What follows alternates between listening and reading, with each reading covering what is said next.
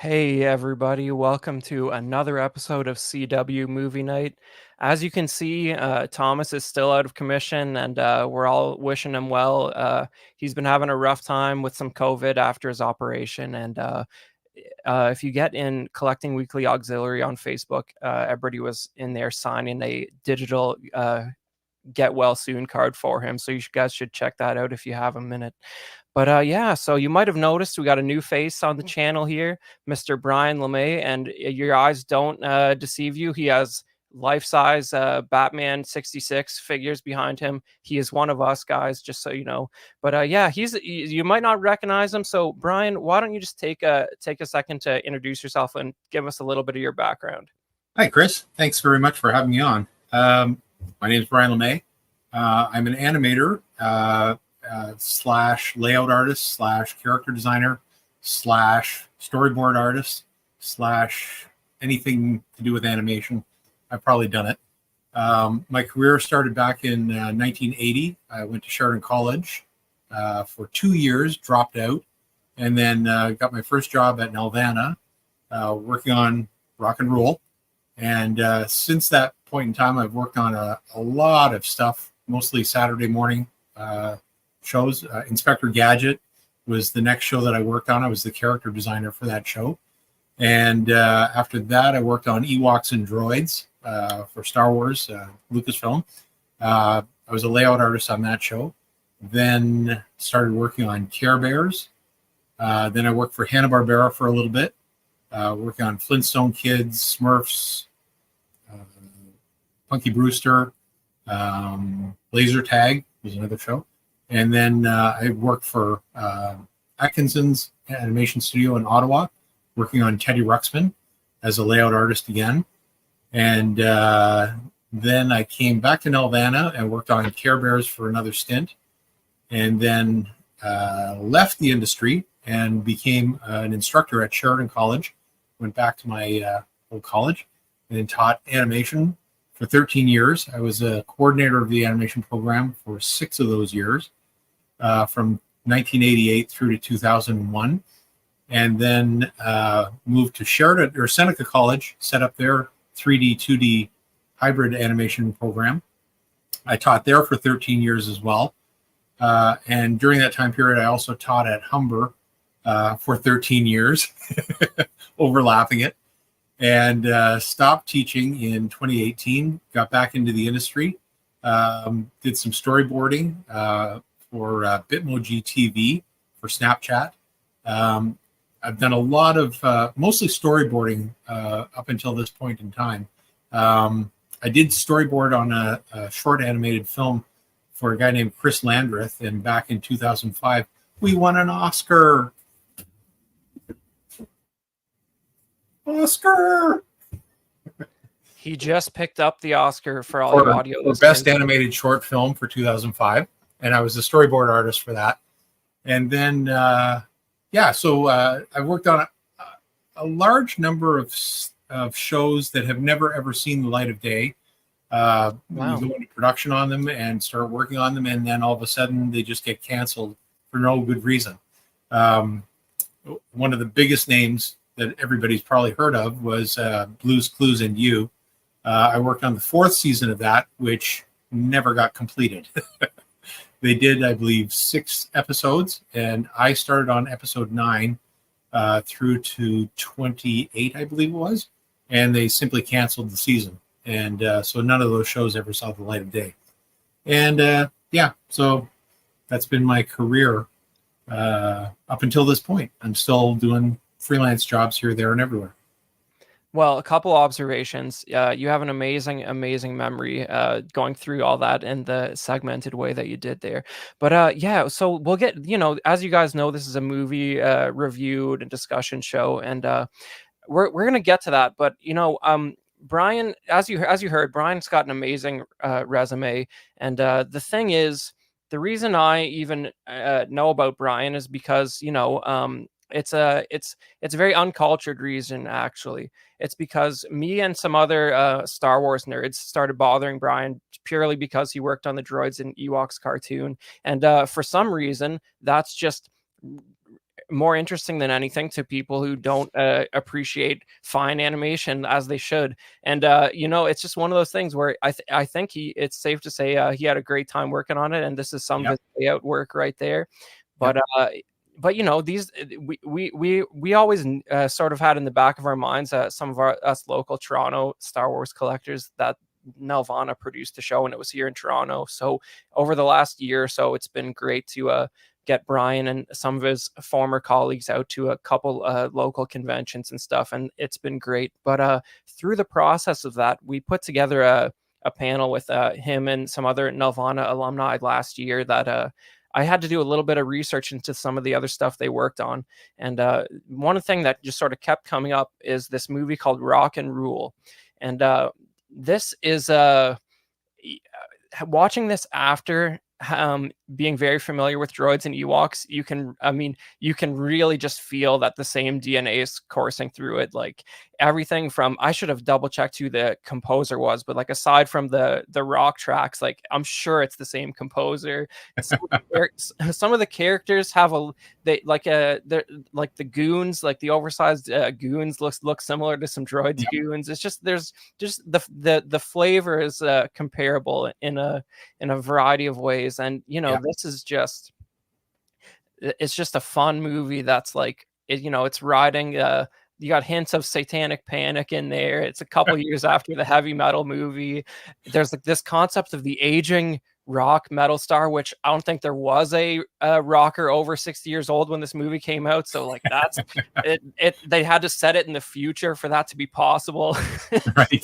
there's a lot of interesting stuff going on there. So Brian, I just want to just like, without getting too deep into it, like when you think back on this movie as a sort of completed work, like what comes to mind, like high level?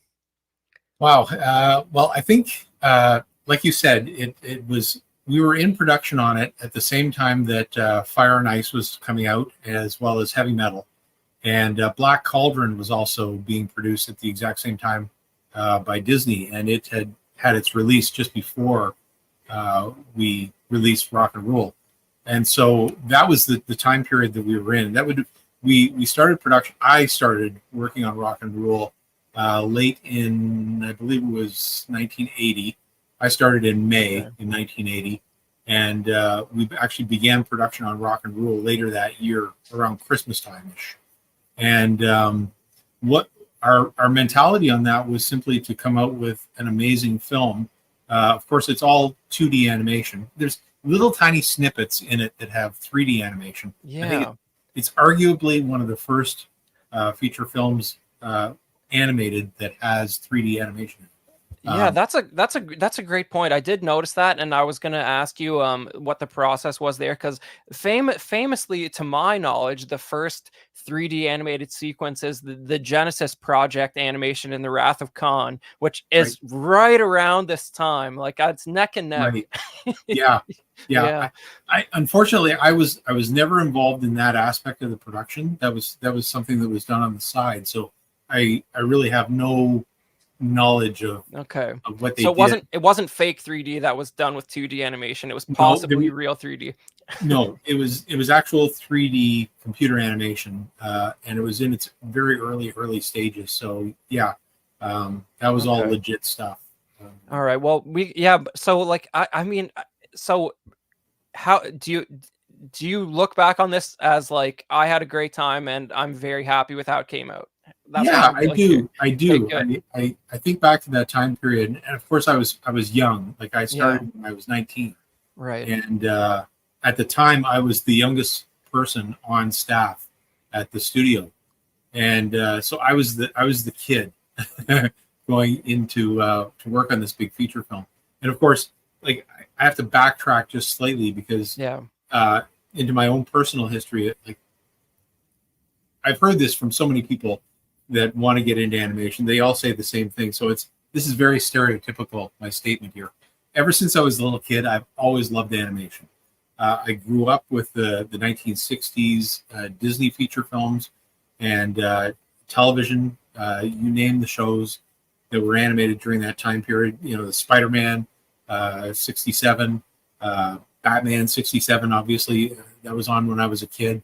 Roger Ramjet was probably the most forceful influencer on me personally as an animator.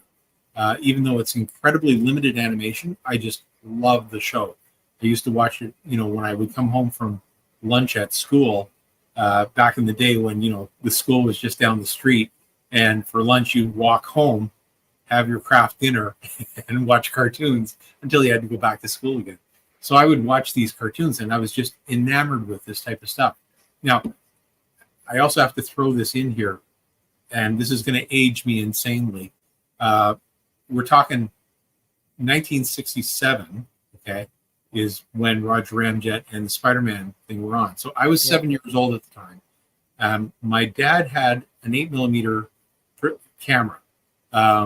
So you would have to buy a reel of 8mm film, stick it into the camera. I still actually, in that cabinet that's back there, I have the actual camera itself still. Nice. And I would set, and so this is pre-video, okay? No video machines around at all. I would set the camera up on a tripod in front of our television set, and I would film an episode of Spider-Man.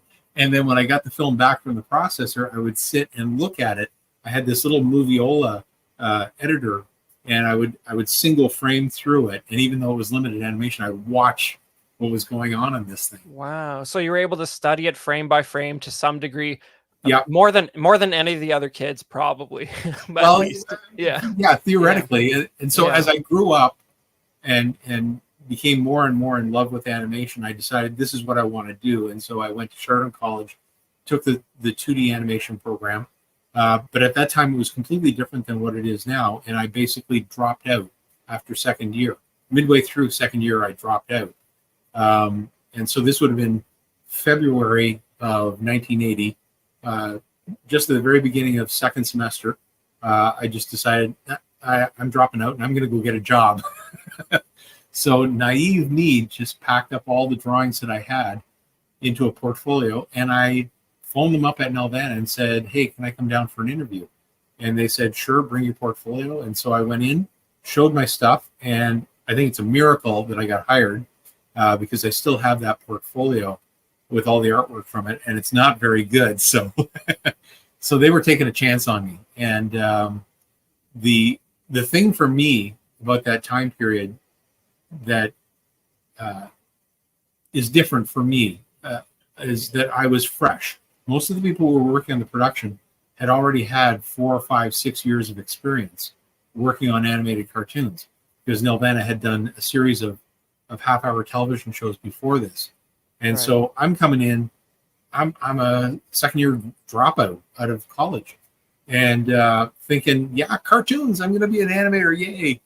And so what happened to me at that point was when I first started, I started on to Take Me Up to the Ball Game as an in-betweener. And I remember the very first week that I was there, I was given a series of drawings, and they gave me what are called key drawings. We can talk about this more later on. Right. But they gave me a series of key drawings, which are the extreme positions of a character. So a character, say, with their hand here would be drawing number 1, and a character with their hand over here would be drawing number 8. And so the in-betweener's job would be to fill in the 6 drawings that go in between there, 2, 3, 4, 5, 6, and 7, and space it so that it looks like it's a nice smooth movement going across. And so I was given these keys and told in between them. So I excitedly run back to my desk, and I've got the drawings, and I'm putting them on my animation table, and I'm flipping and I'm tracing and doing the in-between and everything. And I think I did about 80 or 90 in-betweens altogether in a day. So then the next day, I take them back to the animator, and I'm all gleeful about the fact that I've done this animation. And I hand it to him, and he pulls out the first 2 key drawings and pulls out the first major in-between, sets it on his light table, and starts to flip the 3 drawings to check to see if it's correct. And he pulls out a red pen, and starts circling all the mistakes that I did on this one drawing. Wow. So, of course, you've got a key here and a key here, and the halfway is here, but then you've got all the other drawings that are in between that one, which means that if this one's wrong, everything else is wrong as well. So He's going through and he's circling this stuff and he's cussing and swearing at me. And we were in like a cubicle type thing scenario. And so he's not being quiet about it. Like he's using some pretty heavy language, calling me names like crazy and saying, why the F can't you do this? And you have SHIT for brains and, stuff like that. And he's yelling it out. And I'm just sitting there and I'm just dripping sweat and peeing my pants because I feel like my life has been destroyed here. And so he takes the drawings and he throws them back at me and he says, do them again and do them right this time or you'll lose your job. Wow. Well, I mean, it says something that it was good enough that it was worth putting some red marks on it rather than just getting rid of it right away. You know what I mean? Saying this is pure crap. You're gone. So there was some elements of it, but what that taught me was that this is not play around time. This is a serious job, and I have to be precise and accurate. And I'm telling you, those in-betweens that I did the second time around, they were perfect. I made sure it took me 3 days to do them, but I made sure that every single last one of them was perfect. And I handed them back to him and he went through, did the same thing, went through, found the halfway drawing and checked it. And then he goes, well, why didn't you do this the first time? Those are good. Okay, here's the next batch. And then off I went. So it was like a learning curve. It just went like that. There was no gradual, build up over time. It was like, boom. And you gotta learn to do it immediately. And that was a kick in the head to me. And it was something that I'll never, ever forget. So you're just out of school. So the second project you're working on at Nelvana is this animated feature film. What just ramped right into the peak of the action there. So like I said earlier, we are talking about Rock and Rule. And, I thought the IMDb synopsis of this was interesting. A malevolent rock star kidnaps a singer to force her to participate in the summoning of a demon, and her band must help her stop him. I guess that's technically correct. It gives her... Yeah. It's pretty much it. Yeah, I mean, it makes her sound like much more of an active participant than she actually was in most of the film, I think. But that's about right. So we have a rock band summoning a demon. So as usual on this show, we want to dive into a little bit of the critical reception, and I always find it fascinating when you look at what modern review websites have to say for a film like this, because you get a sense of these sites didn't exist until 25 years after the film came out. So it's always interesting how these things are looked back at in retrospect. So as usual, we have a clip from our buddy John, the Everyday Collector, to talk about the visible online scores for this film. Hey everyone, welcome back. It's that time of the show where I give you the IMDb rating as well as Rotten Tomatoes score on this week's movie, Rock and Rule. Let's kick it off with the IMDb rating. Rock and Rule got a 6.4 out of 10 with 4,100 reviews. And we move on over to Rotten Tomatoes, the popcorn meter. Rock and Rule got 71% with 2,500 plus ratings. Guys, thanks for stopping by. Kick it back to you guys in the studio, and we will see you on the next episode. All the best. All right. Well, what's interesting about it is the way the tomato meter works is like professional quote unquote critics. Not enough of them have reviewed it for it to have a tomato meter score. But over 2,500 people have bothered to give it a review as far as users, which is, I mean, that's not insignificant for a movie that's 40 years old. People have looked it up on Rotten Tomatoes to actually spend time giving their feedback. And I flipped through some of the reviews, and it's a lot of people who just discover this late, and they sort of feel like, how did I not know this existed? And I am one of those people today. But yeah, man, I don't know. Like it's just, I feel like all of these scores are just way skewed though, because as everybody knows, the world was supposed to end in 2012, and Western media has been on a sharp decline ever since then. So like all this stuff should be about 10% higher than it is, I think, if you ask me. But yeah, so we're just going to dive into a little bit here. spoilers for a 41-year-old movie. I know it sounds stupid, Brian, but you would believe it or not, people actually do get mad about that sort of thing. They'll click on Yeah. this, listen to it for 25 minutes, and then be annoyed that we've spoiled the movie for you. And but don't think of it that way, because this is like Brian is welcome to correct me when he thinks I'm wrong for the rest of the episode as much as he wants to, but I look at this movie as more of a theme park ride than a narrative to me. It's more of a music video / experience. Like, if the bare bones of the narrative, it's like the original Star Wars movie in a sense, where it's like, if you really just have it vaguely described to you, it's sort of a bit generic, but it's about the window dressing. It's about the demons, ripping their skin off and stuff in front of you, and luxurious 24 frames a second, stuff like that. Yeah. But it's true. But yeah, that's how I look at it anyways. But on IMDb, they have a massive gallery of images from this film, and I grabbed a few of the lobby cards just to give you a look at the characters here. So we got I think his name is Ohm, and her name is Angel. Omar, and he lives in Ohm Town. Right. Right. Yeah. So there's a lot of music, instrumental and music puns in the naming and stuff like that. So these two, they have a struggling band, and they have a couple of like roadies who are like kind of in the band. I guess one of them is the drummer and all that. But it sort of opens up with them sort of practicing at a dive bar or something. And I'll give you a look at some of these other lobby cards here. You get a look at the characters. Here's our main antagonist, Mock, who's like the aging rock star who's he wants to summon an interdimensional demon. I don't know if it ever says why he wants to do that, but I don't think it ever does. Just because he can. Yeah.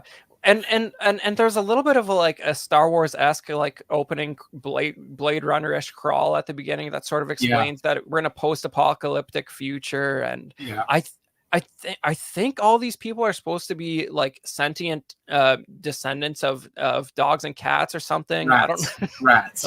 Okay. All right. Rats. The original name for the show, the working name was called Drats. Drats. Okay. And so they are essentially rats in human form. So their snouts are sticking out. Although with Angel, I mean, she's basically a girl with a little inverted triangle for a nose. Yeah, I guess they let Omar look a little bit more radish than her, because they had some, they didn't want to ruin her design, I guess. Right. And make you think. Stretch and Dizzy, the other two band players. They're very rat-like as well. Yeah, and here's this guy is the MC at the dive bar they're playing at. He's very much clearly a rat. Yeah. And and so, but Angel is voiced by Debbie Harry. That's pretty cool. Her singing voice is Debbie Harry. Okay, just singing. All right. See, look, good. I'm glad he's fact checking me through the whole way here. But you get the sense that there's some synergy with the heavy metal movie. Just they didn't really have singers in the voice cast. They just licensed a whole bunch of rock tracks. But this takes it a little more interesting with some original. It's all original. Yeah, it's all original music. Yeah, and so we don't really have. I usually sort of get a barrel of screenshots that are sort of narratively synced up here, but it's interesting because when you're showing these cards, the lobby cards, a lot of this is not that one there of the previous one that you had on, that one there with Mock, that's not actually in the film. I think the shot of Angel is in the film, but not in that context. That's from the film. That's not from the film. That's from the film. Okay, that's not. That one's not. Okay. So this would have been either cut scenes or stuff that was produced just for promotion. No, it was just produced for the lobby card, specifically for the lobby card. Yeah. Okay.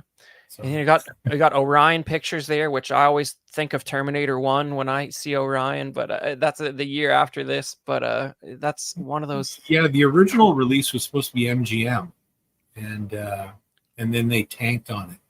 Okay. After the initial showing, they did a test showing in Boston, and I can't remember the exact circumstances around it, but it was one of those things where they basically just wanted to bury it. And so they showed it to a group of college students in Boston, and it didn't go over very well. Really? Yeah. And so That is they basically just hid it after that. And then CBC aired it not long after that on TV. CBC aired it. And that's so I was gonna ask you about this. Like, I don't know. I mean, obviously, I don't know anything about the process here as far as like, you know, the sort of work you're going into when you're doing the like the type of animation work you did on this film. Does it ever, like, what are the discussions like in the office? Like, does anyone think, who is this film for? Like, what is the target audience? Because I'm having a hard time understanding. There's some stuff that's like, it's like I could see how it could appeal to kids, but then there's like maybe a handful of things that almost make it off limits for kids as a feature film. Yeah. But it's so little stuff that it's amazing it stayed in the movie, if you ask me. But I'm glad that it did. But it's like it seems like it's so ripe to be one of those cases where it's like, why don't we just cut these 2 minutes and it will get a lower rating or something? But I guess it's 83, so there was still no PG-13, so it probably is PG, because that's just how it went back then. Again, like when I was hired on, it was basically, I know this is going to sound raw, but I was a cog in the machine. Right. So there's this pre-existing studio of all these people, and I was brought in to basically help make the production happen. So I was one of, probably, I don't know, close to 100 people that were on this production. And there's multiple different areas that you're working in. So there have the original script that's written, and then you have character designs, a character designer who does the drawings of what the characters look like. And by the way, just going back to what we talked about before, when it was originally called Drats, there was an animator named Dan Haskett, who's quite famous now for some of the work that he's done on Tiny Toons and shows like that. He was the original character designer for the show, and his character designs were much more rat-like. Like they were actual cartoony rats, in the vein of more like Rescuers, the Rescuers from Disney. Okay. And so they were very slanted towards real rats. And then back to the production thing, after you've got your character designs done, then you get into storyboarding where you're blocking out what all the scenes are going to look like and what the shots are. It's like a comic book or comic strip version of the whole thing. And then you get into layout, which is the background that goes in behind the characters in pencil view. And then you've got the animators who then take the layouts and they animate the characters. And then the layout background goes to the background painters, and they would paint the backgrounds. Then once the animation is completed, it goes to cell painting. And once the cells are done, they're then married together with the background, laid on top of it, and shot on a camera one frame at a time. So there's a plethora of different people that went into the making of this film. And my part of it is one of the more minimalistic positions, if you want to put it that way. It's the lower end, although like physically what you see on screen. So in this shot here, this is I sent you these images from the film. These are all scenes that I worked on specifically from the film. So when you're looking at this, I didn't do the background. I didn't do the layout. I didn't do mock. See that thing with the two red dots up there in the corner? That's hanging down from... Yeah. I animated that coming down. So that was an overlay that just dropped down slowly in the scene as he pans across. So that was my contribution to that scene. Well, but I mean, when you're talking about like doing in-betweens and stuff, like I remember when we were discussing the Droids show, you were saying that stuff was pretty much 12 frames of animation, but a feature film like this would be 24, right? Yeah, some of it was 24 frames, 24 drawings per second. Most of it was 12, but yeah. So here's another example. These scenes here of the Zeppelin, these are scenes that I animated when I was doing special effects. So I did the balloon part there that's expanding out. In the scene, I did the Zeppelin in the background. Just very slowly expanding within the scene. So yes. Yeah, But that's the look, man. That's like, that's like, otherwise it's just a comic book without those that sense of motion that, yeah. There's so many different things. Here's a scene where I did the wheel turning as the vehicle starts to roll down the hill. In this one here, I did the vehicle as it drives towards us on screen. And this is Right. interesting because a lot of people will ask, how did you do that car? What they did was they actually made a model of it, a three-dimensional model out of styrofoam and cardboard. And it was probably, about 12, 18 inches long, fairly substantial. And what they did was they set it up on a little ramp and they actually filmed it. They had a string and they pulled it and it would turn down and move towards the screen. And my job for these scenes was to trace the car. And it's called rotoscoping, which has been around since pretty much the beginning of animation, where you're basically tracing a live action drawing in order to make. Well, Fire and Ice was all rotoscope, the Frazetta stuff. Yeah. But yeah, that was my job on this scene here. I didn't do the characters in the vehicle. I just did the vehicle. And here's another scene where the vehicle comes towards the screen. Same thing. Yeah, and it comes up and fills the whole thing. And Yeah, I'm glad you spins around. Exactly. I'm glad you mentioned that model. When I was flipping through those photos on IMDb, somebody actually did have there's a black and white like 5-picture strip on IMDb that shows the car model. It's very cool. Yeah. Yeah, so I guess like that's the thing, right? Like you're depicting a 3D object relatively faithfully in 3D space when it's turning around and stuff. Well, it's such a complex object that to have to draw it frame by frame, and make sure that it's accurate in perspective. Yeah, not too many people can do that. I mean, now you can do it in 3D animation, right? It's all dimensional animation. Back then, but we had to trace it off. But it looks like money on screen, man. Like that's the thing. I wonder, like when I watch stuff like this, like it's almost like painful just because it's like when I appreciate how much work went into some of this stuff when I'm watching it. I'm like, you just think of the available tools at the time, and like you're talking about keyframes. It's like terminology that made its way into After Effects, where you just make the keyframes now, and then the software does the rest. The software fills it in.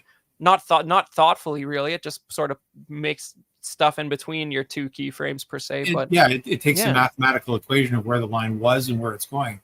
And fills in the blanks. This was a really cool scene. I really enjoyed working on this one. It was a pain in the butt, but the vehicle comes down the stairs, and what's cool about it is that as the car comes down, the wheels are wobbling back and forth as it goes down, and the birds sort of flutter, and it comes right towards the screen. That was a tough scene to do. That took me a long time to do that scene. Look at that! That it must have been it's he remembers that specific scene being a pain. 40 years later. That's good stuff, man. That's it's about 4 seconds in length, and it was all on ones. So 4 times 24, it's close to 100 drawings of it coming down the stairs. Yeah, so that was very cool. Now, I should say is that. What they gave us was like they would give us a key drawing. I mean, this is extreme because what I did was just screen captures of beginning, middle. I don't know if there's another one after this one where it's coming closer. For this, no, there's the bag lady after this. So it'd be like where you see the vehicle at the top of the stairs. That's like a key position there, and then the second image that'd be like another key, and so you'd have to still fill in the drawings in between to make that motion happen. It's not like you were tracing verbatim every single last 3-dimensional image that was photographed. Right. I mean, this is fun stuff, and I should have let you know earlier, Brian. If you feel compelled to swear, you're more than welcome to on this channel. It's just. I don't normally swear anyway, so it's. Well, I heard you censor yourself earlier, so just letting you know. But it's dangerous ideas that YouTube cares about, not swearing. So you're all right, man. Yeah. Okay. But So we have this other sequence here. Yeah, this is a cool scene. Yeah, you gave me a bunch of so this is another one of our rat humanoids who is this bag lady, and then Okay, I saw it once. What's rattling that disturbs her with sound waves here? So what happens is this scene comes right after the previous scene where the car is Right. coming down the stairs, and essentially the car then smashes through a guardrail, goes off of a ramp, flies through the air, and smashes into a fountain on the other side of the screen. Like from where we're looking, it would be behind us. And it shows this bag lady who's basically watching the vehicle crash. Yeah. So instead of animating the crash of the vehicle, they show the reaction of the person. So she basically loses all of her clothing each time there's a crash, and the wheel comes in and spins around her, and basically she just loses all of her clothes. So it's a fun gag, but is the idea that showing the vehicle crash would have taken even longer, and this sort of makes it funny? Or It's a combination of the two. Right. Yeah. I mean, you don't necessarily, in filmmaking, you don't have to literally show everything that takes place on screen. So we know the car has gone off the rail. It's gone through a railing. It's flown through the air, and we know it's going towards a fountain. So the fact that you know all this doesn't mean you have to actually show it on screen. So the gag is you show this bag lady losing her clothing every time there's a... Yeah. The explosions just keep going. It doesn't end. Yeah, it just keeps going. Yeah. So it makes it a gag, and then you don't have to because there's no I don't know how you'd visually explode something 8 times. So exactly, yeah. Yeah. So this then we got this police officer's car, and again they had a 3-dimensional model of that. So I was given the model. Now in this scene though, I was given the model for the beginning position where it's just off the edge of the screen on screen right there. It enters in, and then it comes to a stop. So it sort of comes in, jerks to a stop, and then the door opens up, the Lamborghini door there, or Back to the Future DeLorean. Yeah, the gull-wing door, and then he quad-hole the police officer, tells him to freeze. So in this scene here, unlike the previous scene with the other vehicle, I would have taken the first position of the vehicle, the next position where it was tilted forward, and then this settling position. There's where it's stopping, and then it settles, and then the door would be on a separate layer. So those I actually hand in between and hand animated that, just using the reference for the perspective on the other 2 drawings. Okay. So yeah, I guess you have to figure out like just the pacing of the frames, because as if they're referencing a 3D model, there's a very sort of you have these very slight angle differences in the reference photography where it comes in at a faster frame rate, and then it sort of slows to a stop, and you still have this sort of slight perspective shift within a couple frames. Yeah. Very cool. Now I know the sort of the finals and the cells and all that wasn't really your department, but when I look at stuff like this, I don't know if you probably know something about how they do it, but is the lighting effect there? Is that solid white? Is that clear with a backlight? Is there like an airbrushing effect to get that sort of glow? Do you know how that's done? So what happens in this type of an instance, this scene in particular, you would have the background would be one layer, and that's a painted background on watercolor paper. And then you've got the animation cell of the vehicle, and then you have another cell level of the character that's inside, and then you have another cell level of the door that opens. And so those are all shot. Basically, that's what's called 100% exposure. Sorry, I got a hair in the mouth. You would shoot it at 100% exposure. And then what they do is in the camera, they roll the film back to the beginning of the scene, counting the frames backwards to the beginning. And then what they have is a mask. It's everything on the screen is black except for those lights, the front lights and the rear lights. And then what they do is they double expose it. So everything is black, and they have a glow from behind a light table, and they reshoot the scene. So there would be matching positions for all the headlights and all the taillights. So as it comes in, it matches up exactly. And so when you then develop the film, it comes out looking like it's glowing. Very cool. Probably not unlike how the old original trilogy lightsabers were done, if I had to guess. Something like that. Yep. Yeah, that's cool. Yeah. So yeah, here's we're not really going through this super narratively, and that's good because I really want people to watch this. But unfortunately, it's on Prime, but you should just order the Blu-ray on eBay. But Yeah, we'll get to that later.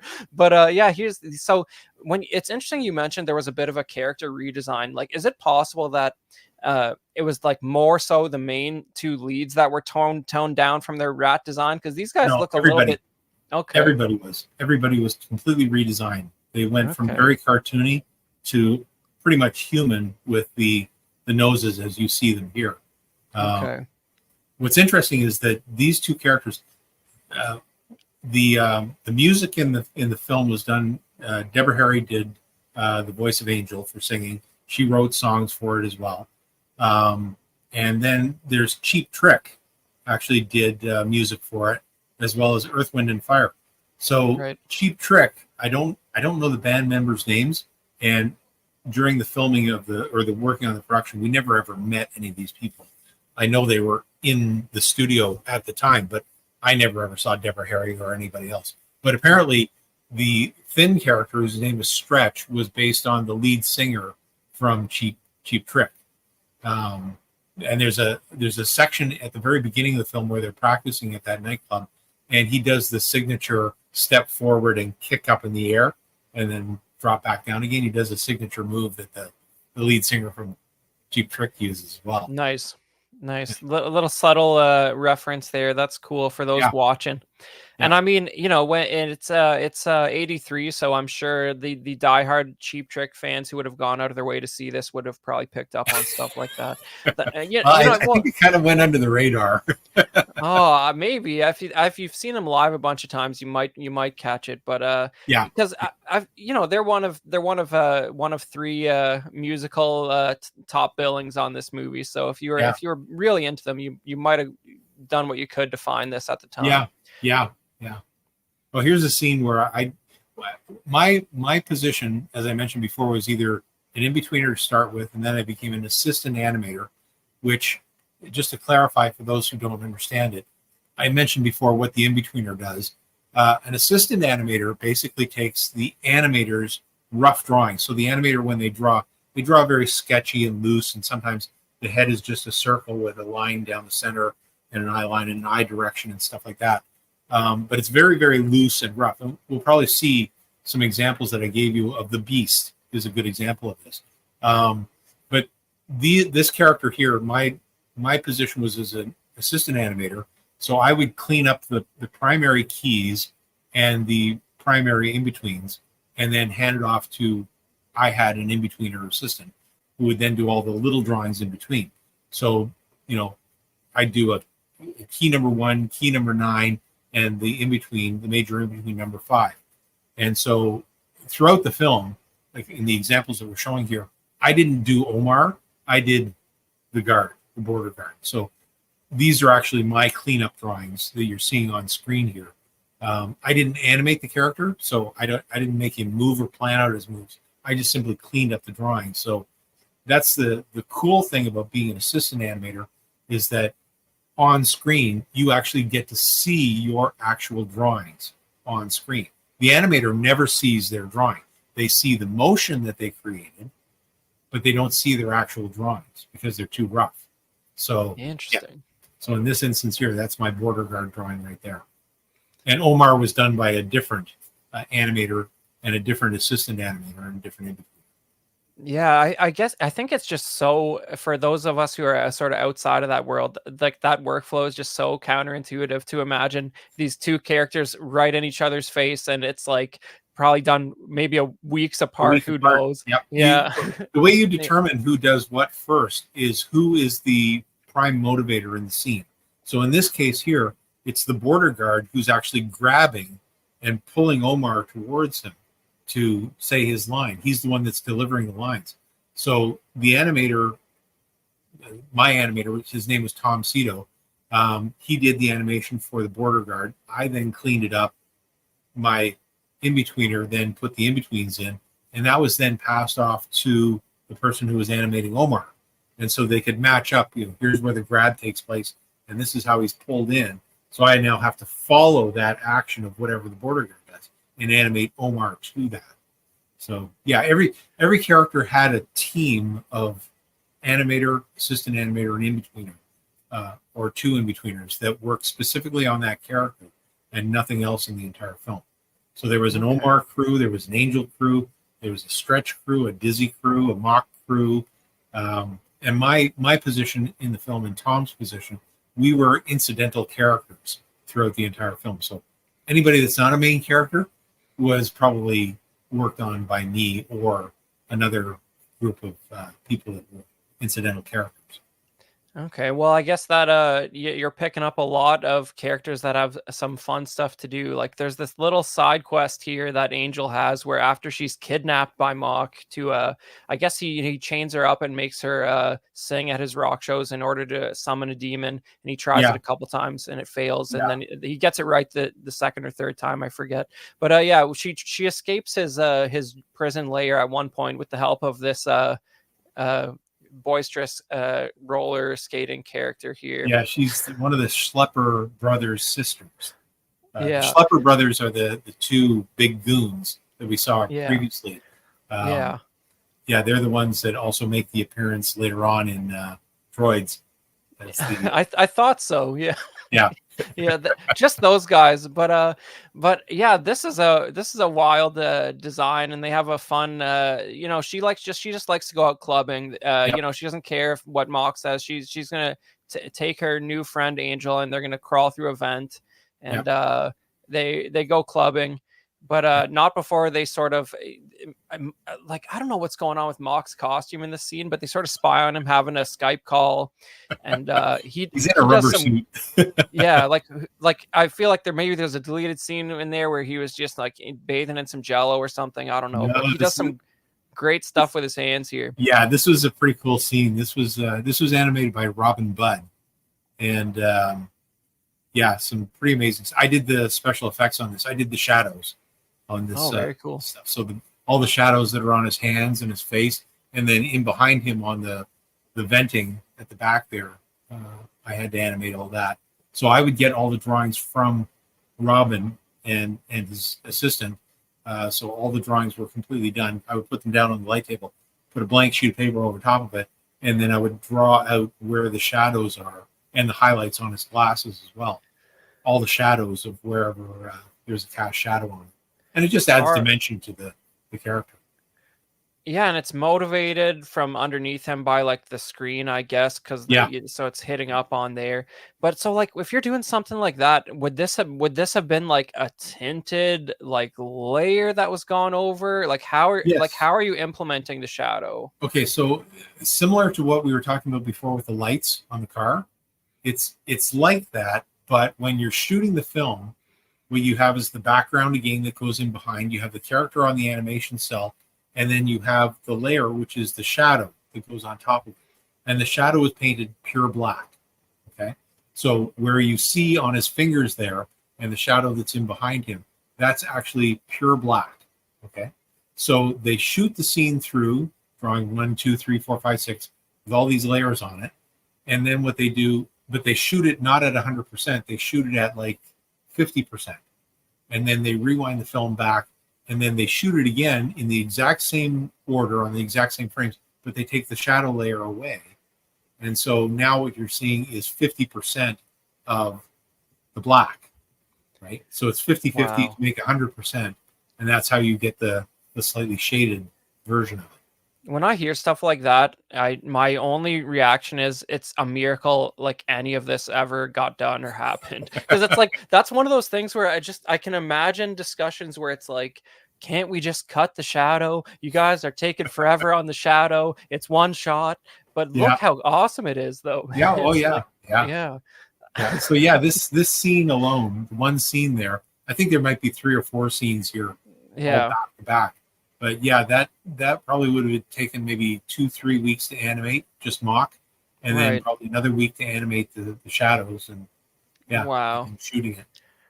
Yeah, and so we get this really cool club scene here where it's like Yeah. it's like oh, first you have this homeless pig man eating a Yeah. hot dog off a spear. That's pretty great. Well, actually, it's the guy, the previous shot of the green guy. He Yeah. was reporting to Mock that he had seen where she was, and Okay. that Mock decides he's going to destroy this guy. So he actually zaps him, and he disintegrates, and that's his peg leg there, Okay. with the wiener on it. So what happens is the guy gets disintegrated. That's the little ashes that are floating through the air, and the Right. guy picks up the wiener and eats it. And then look, it looks like you got some more of those overexposed lighting effects Yes. there again. Yep, Yeah, same that's thing. that's This cool. one is a combination of the two. It's got the sparks, which were overexposed, but it's also got the wispy little lines that are running through there that were underexposed of the steam coming off.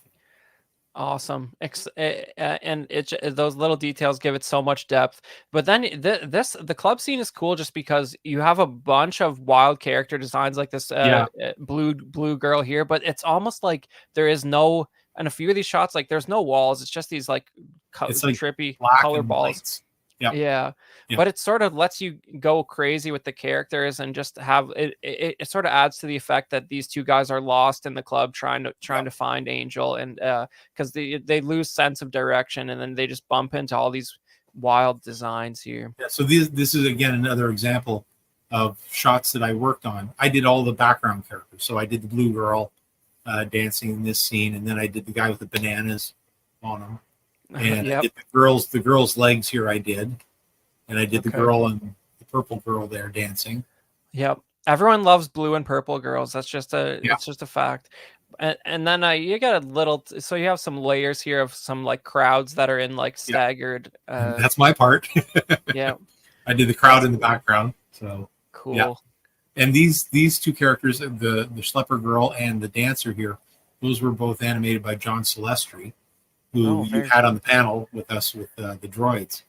Yeah. And you know, I gotta show that as much as possible. If you want to hear more from Brian with some of his Nelvana alumni talking about Star Wars projects, search "May the North Be With You" on YouTube, and you'll find the Nelvana panel on there. And you'll hear Brian tell some great stories about office hijinks and what it was like to work on those Star Wars projects. Yeah. Yeah, that was a great time. But yeah, we got a couple more shots from the club here. Yeah. This I need to revisit this on Blu-ray because I was watching it with beer goggles on Amazon Prime, and it's 4:3 standard def, and it looks real compressed. So I think I missed a lot. I like this guy. I don't even remember. This is very cool. He appears out of the fog, just Okay. steps forward and reaches for Omar and scares him away. All right, so you know some more of that. I don't know why I'm obsessed with the overexposed lighting effects Yeah, in this movie, but overexposed and double exposure for the fog. Yeah. so another just like extra question here, but like that when you do that sort of stuff, like are these background lights look like they're a different thing, right? Or are they sort of the same process? It's the same idea as the headlights on the vehicle. Yeah, they're just overexposed on a separate run. Yeah. And does that process itself give you that sort of like haloing effect where the gradient of the color fades out, or does that have to be done? Well, you'd have to put the film or the camera out of focus. If you would just change the focal length on it, and would create that blur on it. Okay, that's cool. So if you didn't have that, it would just be like solid white or something. Exactly. It would be a ball. It's a solid ball. So you lose that atmospheric quality to it. That's cool. Yeah. So you have that awesome club scene. This looks like so it kind of looks like they filmed off a real CRT to get that grid effect there. You know, I don't know how they did it, but it does look like it's on a separate video feed. Same thing with this here. And it's too bad because, I mean, the animation for this chick was really, really good. And actually, the painting on it is very dark. So you can't see her hair moving or anything like that. She has a cape on as well. And yeah, she was a fun character to work on. But you can barely even see her. Yeah. Yeah, I guess if early 80s video, you would lose a lot of dynamic range. Maybe they did actually film it off a TV because you see the Quite real possible. drop in sharpness on Yep. everything there. Yeah. Yeah. But that's cool. It's a little piece of a news broadcast. And then we got a mock music video, which is pretty Yeah. wild. Yeah. I Yeah. am Mock. My name Yeah. is Mock. Yeah. And so he has basically he's got a big hologram head of himself where he walks towards you, and he's got Yeah. some Oh, there's the dancers. 3 girls. Yeah, I did the 3 girls on this one. I animated this scene completely. Actually Cool. animated. Well, the examples here that you have, these are all scenes that I animated. Not this one here. I assisted on this one. Animated that of his mouth. Well, that's pretty iconic, I mean, you can tell that it's pulling from references like Jag. Rolling Stones iconography, a little bit of Rocky Horror Picture Show, but Yep. the angles on those lips, man, like if you see this, you know what character that is because Yeah, for sure. there's jagged parts there that you don't really belong unless you see this guy earlier. You figure out what's going on. Yeah. But yeah, man, you got some more of those sparkly More light special effects. Yeah. Yeah. And I mean, that must have been a pain in the ass to do even like the rings and stuff like Well, that. it's just concentric rings that are just expanding. Like this is actually what's called a bipack scene, where Okay. you film one layer completely and then you bipack it by basically showing it on a screen behind the actual animation itself of the character. So yeah, this would have been a double exposure bipack scene, and it's just Okay. concentric circles that just radiate out. So it not looks like as he's moving down annoying, the tunnel. not as annoying as character in betweens then to do, I guess. No. Gotcha. Okay. So No. and this stuff is this like a kaleidoscope type thing going on? This is the very first scene that we see the Beast. Okay. The rock concert where Mock is conjuring up the Beast to save his record sales and make things really cool for him, put him back on top. So this what's interesting about this, and I think you've got the clips of the rough drawings from the animation. This was a process that was so intensively multi-layered. So Tom Cito was the animator for it, and this was actually done right at the very end of the production. We finished up filming or animating in December of 1982. It was just before Christmas, and these were the last scenes that were worked on the film. And Tom Cito animated these in very, very extremely rough form. When you show some of the drawings from the animation, you'll see how rough they are. I then had to clean them up to get them as pure line. And then what happened was my drawings were then passed on to another fellow. I wish I could remember his name.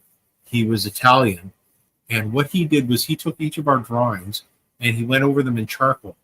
And he created, if you step back to the ones that are coming out of the green ones, these ones in here, you can see the shading on the character. So what he would do is he would shade each and every one, like that. That's my drawing, but he would shade them with charcoal to get that shadow effect on them. Right. And then what happened was they would take those charcoal drawings, they would photograph them, and then make a cell that was black and white. And so what you're actually seeing there is the cell, and that was painted with the colors. And then again, bipack, where they would shoot the character on one layer, and then they would go back and they'd have all this kaleidoscope stuff that's flitting in behind there, which I didn't have anything to do with. Right. And they would just have that. I think that might be some computer stuff or slit scan. I'm not sure exactly how they did that, but it's as the Beast comes up from the pits of hell, I guess. This stuff is just streaming past. As you do. Oh, yeah. The dead babies. Yeah. Okay. First, like there's a nice shot of some, I don't know, demon zombie babies, missing eyes. Yeah, as the Beast is coming up, he barfs. These babies come bursting out of his mouth. Oh.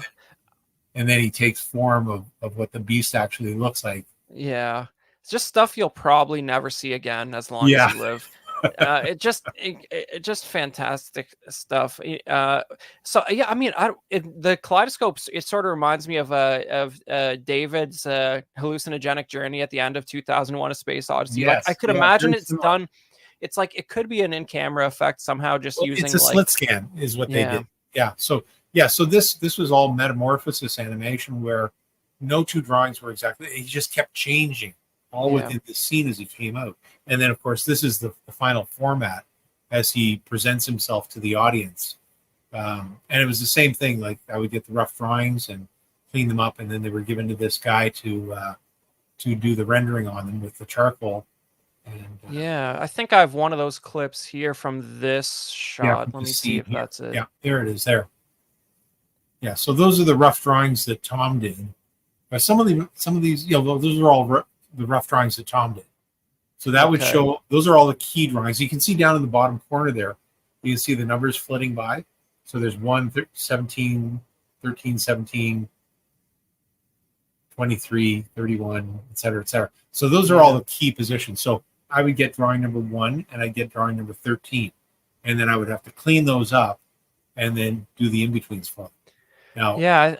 on all the beast stuff, I didn't have an assistant on that at all because everything was just, it was all over the place. Like it was just stuff going everywhere. So I basically in between everything on this beast stuff. This is where she starts singing and the fingers retreat away. They're closing in on her, and then she sings and they burst away.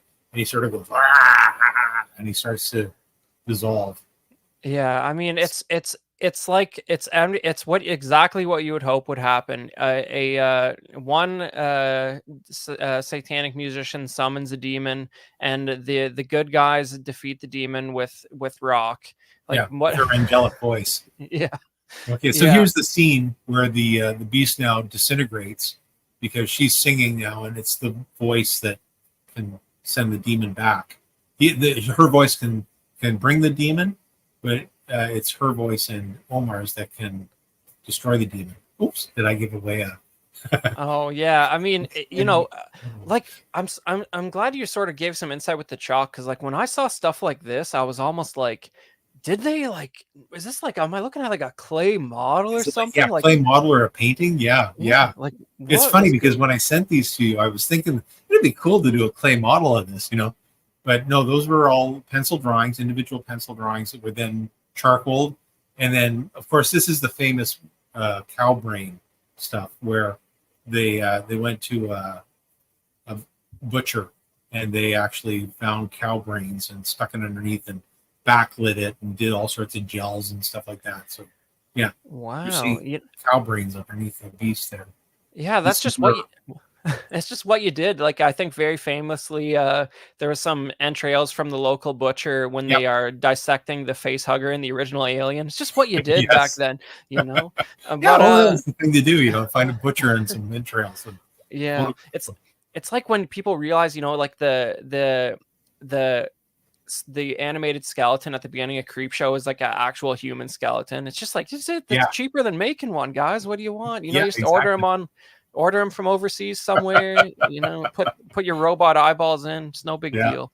So But this scene where the beast disintegrates, this was the very last scene that I worked on on the production, and Tom animated it, and you showed the video of the yeah. These are my cleanup drawings. I wish I had been able to show you the rough drawings because they were a lot rougher than that. But you can see I was using color coding in order to keep track of where things were flowing and moving. So I would shade it in with my pencil crayons just to help help myself remember what's moving and flowing where. But anyways, Tom worked on this, and I remember the funniest or one of the funny memories of this end of the production was that Tom got plastered drunk when he animated this scene. Like he was done, and he was animating away, and it was just a total mess. Like what he gave me was just scribbles. And I remember on some of the drawings he would actually physically write, "I'm really sorry about this, Brian." So in my brain I thinking, this is why he's talking in a drunk voice. "I'm really sorry, Brian. I wish I could have done this better." And so there'd be every 5 drawings, there'd be this apology for how bad the drawings were. And then on one of them, he put a stick-it note saying, if you're ever in LA, because he was taken off to LA right after production. So he said, if you're ever in LA, look me up, I'll get you a job. So it was sort of compensation for having to go through this mess of drawings that he had given me. Wow. What I mean, I don't. It's sort of one of those things you blink and you miss it. Almost like you get a little feeling of like almost the creature from John Carpenter's The Thing or something. It's just yes, it rib was cages a lot like that. It's funny, you know, now that you mention it. I was just watching some of the special effects for that on YouTube, and I never even thought about it well, I can't remember when did The Thing come out? Was it 83? Might have been after. Yeah, it's between 80 and 83. It's right in there. I don't know. Yeah, so it was probably after we did this, but yeah, this was just like, it was stuff flying all over the place. It was like a tornado, basically. Yeah. It was just because everything was getting sucked back down into the vortex, you know, to go back to hell or wherever it came from. So yeah, like, you know, having to track all those little pieces that are flying all over the place, little spit pieces just swirling and moving all over. It was insane. I'm amazed that it turned out the way it did. Well, it's cool that you're it's almost like, you know, it's the climactic explosion of chaos at the end of the movie, and it sounds like you were integrally involved in making sure it was coherently visual. That's a cool drawing there. Yeah. Yeah, you can see his arms sticking out of the back of his neck there, and you can see his eyes glowing and his teeth underneath there. He's sort of leaning forward, you know, looking off to the side. That's a cool image there. Yeah. And then, you know, he sort of fades away, goes back to hell in this giant star in the ground. It's down the drain. Yeah. You know, that's down the pit where all evil things go at the end of the film. Yeah. And you got our 2 heroes sitting on the side there. Good triumph, so real. Yeah, so there's all the this is just a list of the assistant animators and in-betweeners that worked on the show. So there's my name, 4th one down from the top left there. Right.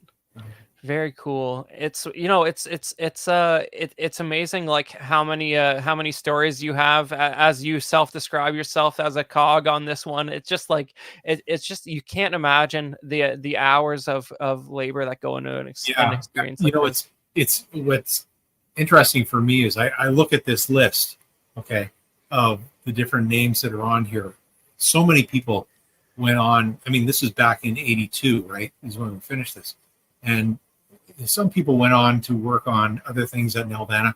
Other people took off and worked for other studios. Like I see the second name at the top there, just 2 above my name, Bob Jakes. He was one of the key directors on Ren and Stimpy, the television show. A major influence on what came out of the Ren and Stimpy show. Very cool. Yeah, there's Mike Fallows over on the other side. That he became a producer at Nelvana, and you know, every name on there. I mean, some of them disappeared, you know, and just this might have had enough. It may have killed them, and they just decided not to do it anymore. But a lot of them went on to bigger and better things. Some are still in animation, some are not. And Dan Smith was a storyboard artist and writer on Inspector Gadget. He was in my class at Sheridan College, along with Bob Jakes. We were both in the same class together. Very cool. I know we got some big Gadget fans in the audience, so we might have to get you back for another show. Yeah, we'll have to do a Gadget show for sure. Yeah, man. But you know, I did put some more of the pictures in. We've been talking behind the scenes the whole time here, but you sent me some storyboards and these are thumbnail drawings here. These are thumbnail sketches that Tom would have done. This is so the storyboard artist would have done maybe 2 panels of the beast doing whatever he's, you know, ripping stuff out of the rafters, and so Tom would then have to plan out, okay, what are the actual actions? So he starts off like this, and then he reaches forward off screen and he pulls off the piece of the rafter, and then he pulls down the other piece with the other hand, and then he swings over this way and rotates. So there's 5 major key positions that were thumbnailed out like this. And this is that's probably an 8.5 by 11 sheet of paper. So they're just, Right. they're small little drawings about that big. And then, of What's course, it? when we were animating 11 by 17 sheets of paper about that big. So, yeah, you plan it all out in little thumbnail sketches like this, and, you don't spend a lot of time. Like, each of those drawings might have taken them a minute to draw, Right. and then you go to the full-blown version of it. Yeah. What's cool here is like you get almost a better look at the silhouette of this monster than you do in the movie, and that bottom middle one, just with the sort of wide angle lens close to the body, it has a little bit of a Godzilla vibe there. Yes. I don't know. Yeah. That's pretty cool. Yeah, for sure. And then we got this. What are we looking here's at the here? border guard, the thumbnails for the border guard. Okay. So again, it's like you can sort of see. Okay, so yeah, when you look at the drawings on the screen left, there are actually two sheets of paper. There's L76 and L78, and so the L78 that's an 8.5 by 14 sheet of paper. So Yeah, that's why I did a little zoom in here, because you can't really appreciate it in this 16 by 9 format. So you got a little bit of a closer view on the side there. Yeah, so you can see how crude the drawing. Like Omar looks nothing like Omar. Because they're just little thumbnails, right? Just to describe the action of what's going on. Yeah, Omar's like, I don't know if I like Omar. His eyes are half closed all the time. He's a stick in the mud. He really takes a lot to get motivated. He barely gets there by the end of the movie. He's just not a team player, But he's not a likable character at all. Yeah, he got it done. He got it done by the end. But he was kicking the whole way. Him as he went through it. Yeah, no appeal to that character at all. And so here's some more of the border guard. That's cool stuff there. Yeah, planning the scene out. Yeah, cool. And of course we didn't stick verbatim, so there's a cleanup drawing there of the final animation so you can see the one drawing there in the upper left hand corner where he's got the border guard's got his hand up in the air there. So now if you go to the next drawing, so there's the border guard there as he's just about to raise his hand up and this is funny. Okay, I didn't realize I had sent this one to you. Okay, so if you take a close look at this is actually an in-between drawing that one of my in-betweeners did. So I was the assistant animator on it. So you can see it's called G115. So that would have been an in-between.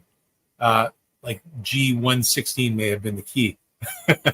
So actually I had to check all their drawings. This goes back to what I had to do, or what happened to me when I first started, and the guy swore up and down at me. Of course, I never ever swore at my in-betweeners.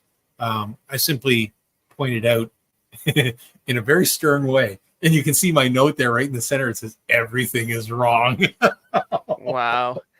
Isn't that so evil? That's so evil of me. But I went through and I marked off everything that was wrong on the entire wow, that's pretty fun to see. It's like it's the circle of life. That's that's funny. I happened to you. I sent that to you. And then I probably have this in messed up order, but I think what's cool for the audience here is like it's really amazing to see the stuff you've retained and like digitally scanned, and just to have I'm glad we can give it one more home on YouTube where it'll probably sit for 100 years now. It's good. So these are drawings that I did just before we started production, after Dizzy had been designed and finalized and approved. I can't quite see the date on it there. It looks like I can't see the date. Let's see. Is it 1980? That's as big as I can go. Yeah. It looks like it's like 7/24/80. So that would have been July. So that was before we actually formally started, because we didn't start formal production. So May, June, July, I would have been there for 3 months. And I guess what happened was I was told that I was going to be assisting Charlie Bonifacio on the Dizzy character. And so I would have been given a model sheet, and from that model sheet, I would have generated all these expression sheets just to practice the character and basically apply for the position as the assistant animator to Charlie. Okay. I think the character design did change. Like the glasses weren't like that in the end of the film. They were a little bit smaller. But yeah, so those would have been my Cool. sketches to block the character out. And then we got this guy, Jake. Now here's Jake. Jake is a reuse character from the Take Me Up to the Ball Game television show, where in that they were aliens that were conscripted to steal the team members from the Earth team to play the Intergalactic All-Stars, I think is what they were called. Anyways, these Jake and Edna was the other character, and they were repurposed in the feature film only for one scene only in the entire movie. And it's after they had the Carnegie Hall debacle, and they blew up Carnegie Hall in one of the concerts, and they were selling "I Survived Carnegie Hall" T-shirts, and it was just one T-shirt, one scene of them, the two of them hawking T-shirts. I love that. I love. There's a little note there that says "Keep neck fat." Yeah, he almost looks like Joe Pesci. You know, yeah, I think in the film he had that vibe to him. Yeah, he's a good looking little grifter. You know, it's cool. Yeah. And then we got some police car designs from the.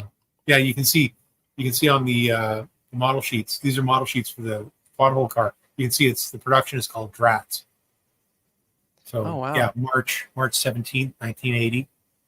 So again, pre-production drawings before it was went into production. But those are pretty faithful to the actual design of the car. You can see that the design has that scratchy. You can see the lines on it, are like the texture lines. Yep. It almost has a Mobius feel, which is what we used in Ewoks or droids primarily. Yeah. Was that? Yeah, that chair especially sort of has that vibe. Yes, it does. It almost looks like something from that would have been used in. In droids maybe. Droids for sure. But that's obviously cool. It's interior of quad hole's car. So. Right. Yeah. And this. And then one of my animation drawings of the cars coming to a stop. And here's the storyboards for the border guard sequence. So I'm trying to think. I can't remember the name of the person. I want to say John Halfpenny. Is the name of the story. That's the name that comes to my brain. So this is from section G, scene 5. Or I'm sorry. This would have been L74, L72, L73, L74 is 5-6. Yeah. So you can see, obviously, the border guard looks nothing like what the final design is. But yeah, so that's what we would have gotten for reference. Just one single drawing for that scene of the guard going halt. All right. So why are ignorant question here? Why are they all chopped up on like individual pieces like that? Right. So what would have happened? These were pre-printed storyboard panels that you could buy in a pad, and you could rip the individual panels apart. So there might be, I think it was usually about 6 panels per page that were pre-printed, and then they had perforations on them where you could rip them apart. So you would get a pad of this, and you would sketch on it whatever the storyboard panel was, and then if you messed up on the second panel, you weren't stuck with it, you could just rip it out and throw it away. And then what we would do is we would take the storyboards and we actually pinned them to a corkboard, and that's where it would be presented, would be on a corkboard for everybody to look at and review. Okay. And I guess these are storyboard panels that I would have kept from the production because we were working on these scenes. So I kept these, and I just simply, just photocopied them and stuck them. Yeah, I mean, and once you say it, it seems obvious because, like, you're doing hand-drawn storyboards. If you don't like one, you're gonna want to keep the ones that turned out good. So you just mix and match, and then you could re-photocopy, I guess, the whole sheet once you realigned it the way you wanted to. Yeah, and that would be put into a binder and then redistributed to everybody. So yeah, I would have gotten a copy of this. Tom and I would have gotten a copy of this section because we worked on it, and we would have just referenced the whole thing all the way through. Very cool. And then, yeah, I just was overwhelmed by the amount of awesome stuff Brian sent me for this. So I think this might just be the frames from the animation we played earlier. Yep. Yeah. So you can get a closer look at some of this wild stuff. Let me, all the demons coming out of them, bursting out. I think there was a little baby right there in the stomach. Yeah, that's crazy. Yeah, it's interesting. There was one panel there where I don't know what the heck I drew on that one. Next one. Want to go to the next one? There were faces there. That one there. Yeah, that's weird. I put these weird faces on the bubbles. Oh, there's a little devil head that kind of looks like Dio's holy diver monster there. Yeah. But this might be earlier than that even. This is cool stuff, man. It's blink and you miss it stuff when you're watching the movie. In fact, it's so contrasty. You won't see any of this stuff. You can't because it's it's really dark and red. That's wild stuff. Yeah, man. Yeah, well, ribs sticking out. Yeah, this is a few years before Cannibal Corpse album covers became a thing. Like yeah. So I got one more of those where you can have a closer look at these sort of tentacles coming in and out there. Very cool. Tom's rough drawings. And there's the background that we're going behind. That's the rock the audience for the concert there, I guess. Yeah, but again, you can't see it, right? Like when you look at the actual final frame, it's completely darkened out. You don't see it. Oh, wow. Yeah. You know what? When I put that in, I was like, I don't know if that's the right background, but you can just get hints of it there. Yeah, just a little highlight of it.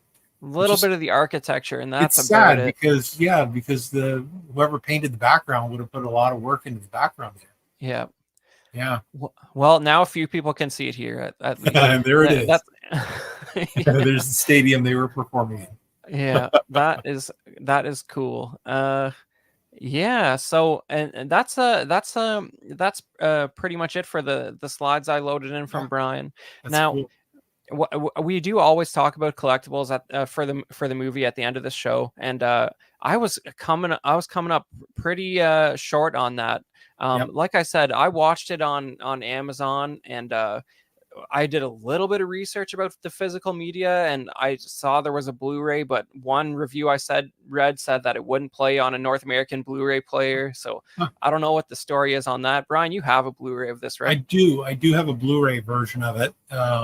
I'm trying to remember. I can't remember what the name of the studio under. It has a hand poking up from the ground. Oh yeah.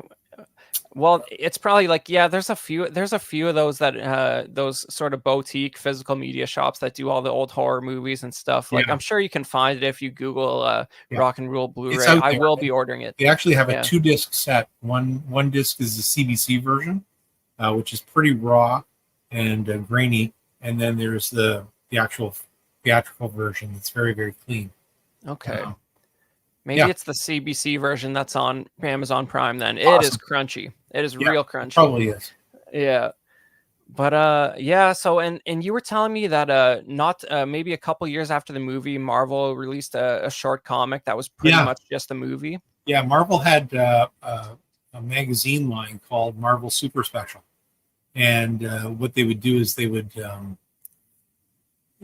do adaptations of various films like Jaws or whatever. I think they did Star Wars, Conan the Barbarian, stuff like that.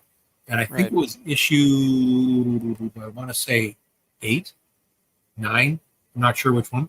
But they, for some reason, the magazines for the super specials were all magazine format. They were big ones in the magazine size. And in full color, beautiful pages. But for some reason, for the Rock and Roll version, they did it as a smaller comic book version.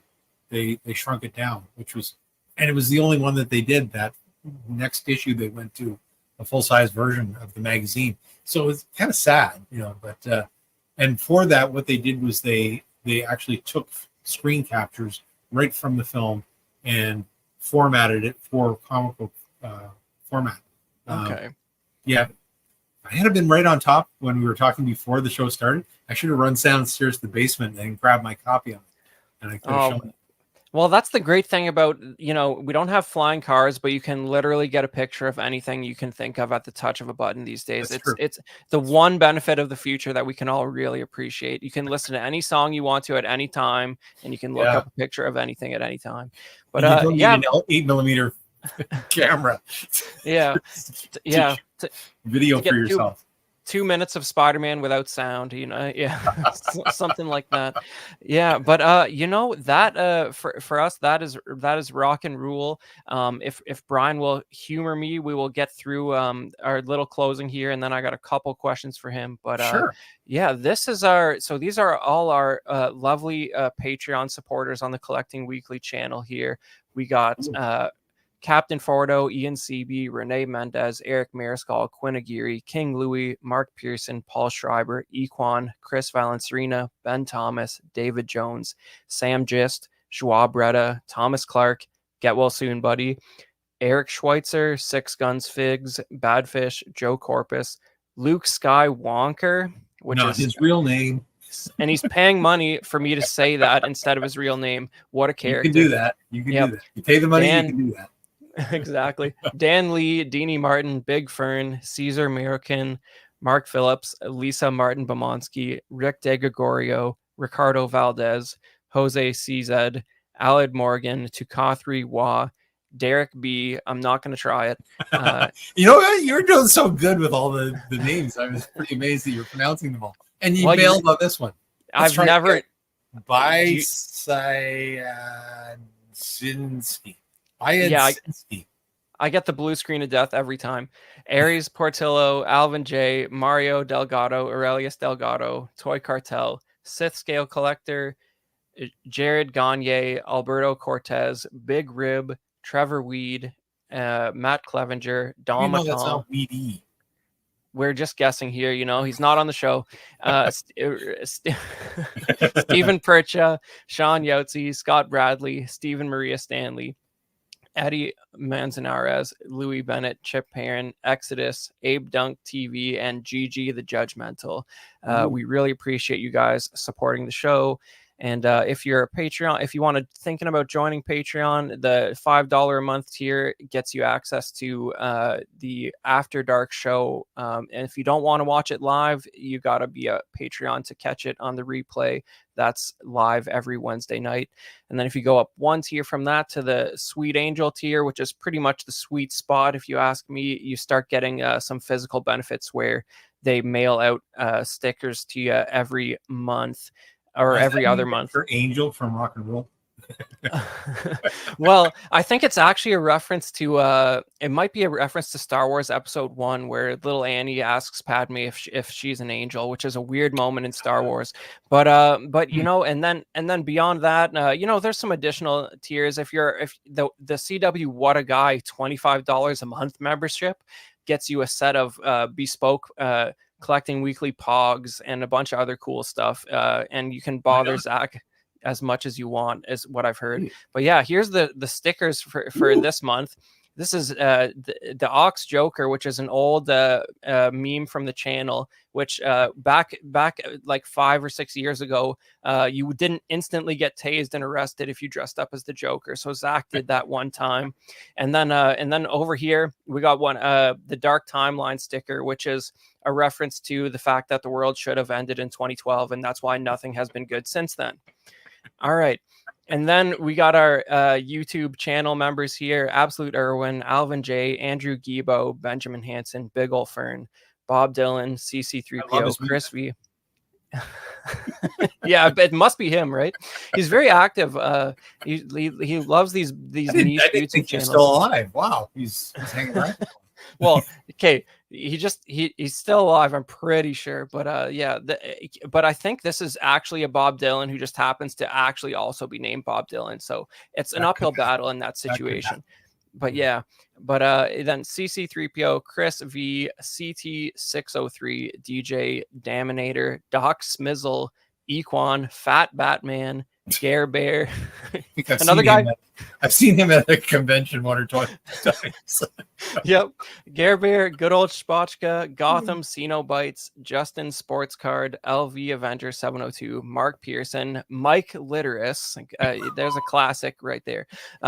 Money Mendez, OG Fan, OMFG Rick, 1/6 Figure Focus, Paul Schreiber, Philip the Fool, S Beam, Sam Gist, Scarn Lord, SpongeBob Square Balls, and again, why not? Yep, and Sunnyvale Russ and the Ben Thomas Show, Toy Mafia, and Exodus. We really appreciate you guys supporting the channel. Here's some of the other shows. Yeah, you're watching CW Movie Night here with Brian, who's having a good time, and then you got the main show, Collecting Weekly, live every Tuesday night. Small Talk on alternating Thursdays with Movie Night here, where you get all your 1/12 action figure news and reviews. Mind Flayer's Web for you Dungeons and Dragons aficionados, and After Dark live every Wednesday night, and just another Friday night for sort of contemporary TV and movie reviews with those guys live every Friday night. Yeah, this was awesome. I knew it was going to be good. It was slightly better than I thought it would be. I didn't know if Brian would be. I don't know if he'd have a decent camera that wouldn't be 4x3, or if his audio would be good. It came up pretty good, and he's still in a good mood, so I consider that a success. That's a win-win. Yeah, man. Well, I think really, so a lot of the people who watch this channel are really big into like the 1/6 collectibles, like the Hot Toys figures and that sort of stuff, Right. and statues and whatnot. And they're going to see, let me tell you, it's hard to see it on here, but Brian's life-size Batman's guys back there, this is like high quality Madame Tussauds type stuff. Like the faces are awesome. I don't know what you got going on there, but this is something people are going to be very interested in seeing more of. I might have to get you in the Facebook group just to do a post about your Batman stuff. Yeah, because that is wild. But yeah, I really appreciate you hanging out for a little bit here, talking rock and rule. And yeah, that was great. I don't know what our next episode is, guys, so we'll see if Thomas is feeling up to it. But we wish him all the best. He's had a rough recovery with the Rona the last couple of weeks. So we hope to hear him back on the show soon. But that is it for this episode. You're gonna check out After Dark, which was live yesterday. That's always good. And hopefully we can get Brian back another time to talk about Gadget, or maybe droids and Ewoks, or something fun. Love to. One of the other dozens of things he listed at the beginning that I'll have to play back and see if we got to talk about any of that stuff. But yeah, that's it, man. Have a good night. Thanks for hanging out. Thank you very much. Bye.